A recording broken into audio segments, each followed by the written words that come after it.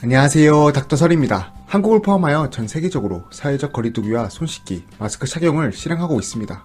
여러분들도 잘하고 계시죠? 이렇게 전 세계적으로 질병이 퍼지는 현상을 팬데믹이라고 칭하는데, 오늘은 이 영상을 통해서 먼저 이 팬데믹을 막기 위한 여러가지 방법들에 대해 체계적으로 알아본 다음 그 중에서 제일 효과적인 예방 방법에 대해서 알아볼 테니 끝까지 시청 부탁드립니다. 저는 다음의 논문을 참고하였습니다. 이 논문은 인플루엔자를 기준으로 손 씻기와 마스크의 효과에 대해 연구한 논문들을 1000개 이상 모아서 통계적으로 분석한 연구입니다. 인플루엔자는 계속해서 일어나는 돌연변이 때문에 새로운 바이러스가 생성이 되고, 대부분 사람들은 이런 새로운 바이러스에 대한 면역력이 없기 때문에 쉽게 감염이 되어 전파가 됩니다. 이런 예로 1918년 스페인 독감, 1957년 아시아 독감, 1968년 홍콩 독감, 그리고 2009년 돼지 독감 등이 있습니다. 특히 스페인 독감은 너무 심해서 2천에서 5천만 명의 사망자들이 생겼었습니다. 이런 호흡기 전파를 막는 방법에는 총 2가지 방법이 존재합니다. 약학적 그리고 비약학적인 방법입니다.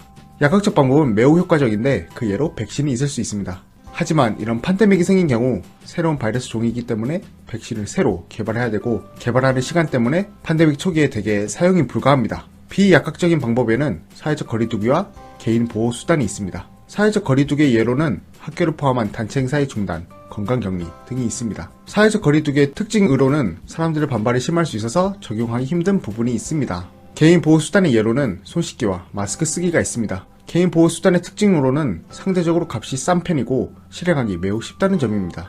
그렇다면 이 방법들이 정말로 효과가 있을까요? 손 씻기랑 관련된 연구들은 총 15개를 찾을 수 있었습니다. 한 연구에서는 학교에서 손소독제를 구비했을 때 독감 발생이 줄었다고 하였고, 다른 연구에서는 마스크와 손 씻기를 동시에 사용했을 때 2차 감염을 막는 효과가 통계적으로 있었다고 하였습니다. 또한 보건기관 직원들의 손 씻기를 10%만 더 빈도를 늘려도 독감 감염 예방 효과가 통계적으로 있었습니다. 마스크랑 관련된 연구들은 총 8개를 찾을 수 있었습니다. 한 연구에서는 직장인들이 마스크를 10%더 착용시켜도 독감 감염 예방 효과가 통계적으로 있었습니다. 하지만 다른 연구 결과들에서 확실한 효과가 있었는지에 대해서는 조금 갈리고 있었습니다. 손 씻기의 경우에는 많은 연구들을 통해 통계적으로 독감을 예방하는데, 즉 호흡기 감염을 예방하는데 도움을 크게 주었다고 과학적으로 말할 수 있었습니다. 마스크의 경우에는 여러 결과들이 갈리긴 했지만 무작위 대조군 실험이 제일 중요한데 거기서 효과적이었으므로 마스크 또한 효과적일 것이라 생각됩니다. 제 전 영상에서 보시면 아시겠지만 공기보다는 사물 표면에 바이러스가 더 오래 머물고